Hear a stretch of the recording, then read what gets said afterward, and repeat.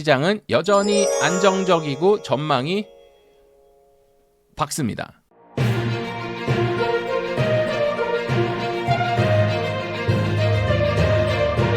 만약 여러분이 5년 전에 개인 택시 면허를 샀다면 지금 여러분은 떼돈을 벌고 있었을 겁니다. 서울이 7,500만원에서 1억 1,000만원, 파주는 1억 4천만원에서 2억원, 화성은 1억 5천에서 무려 2억 3천만원. 부동산보다 더 오른 건 아닐 테지만 도대체 왜 개인 택시 면허 값이 이렇게나 폭등한 걸까요? 그리고 지금 사야 할까요? 오늘은 서울과 경기도 주요 도시들의 지난 5년간의 개인 택시 면허 시세 변동을 집중적으로 파헤쳐 보겠습니다.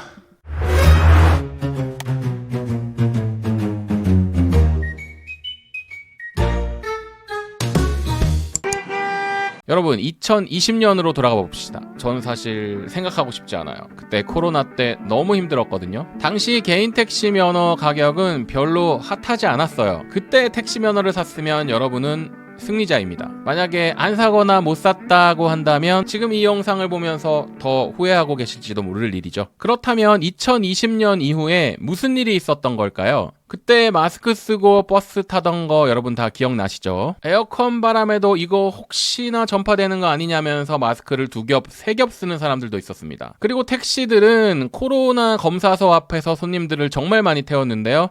손님들이 택시 타서 마스크를 벗으면서 하는 말, 야, 나 양성 떴다, 어떡하냐 였습니다. 이런 제길, 그럼 우리는 어떡하라고, 나도 가족이 있단 말이에요.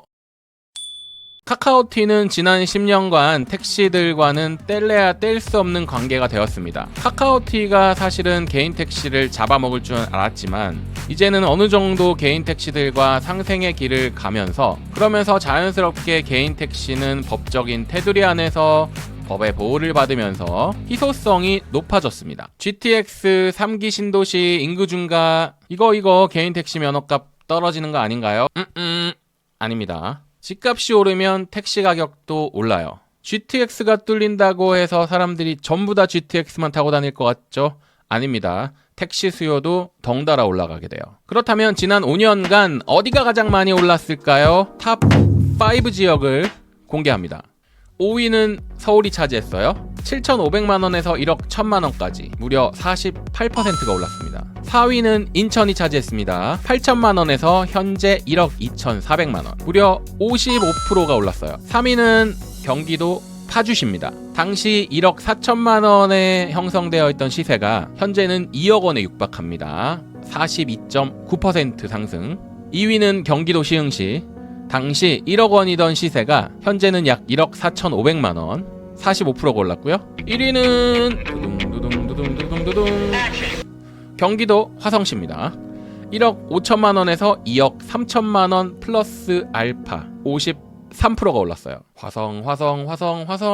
화성이 좋은 줄은 알았지만 이렇게 오를 줄 누가 알았겠습니까? 그리고 지금 현재 양수자들이 더 많이 대기하고 있다라고 하죠. 이제 중요한 질문, 앞으로도 계속 오를까요?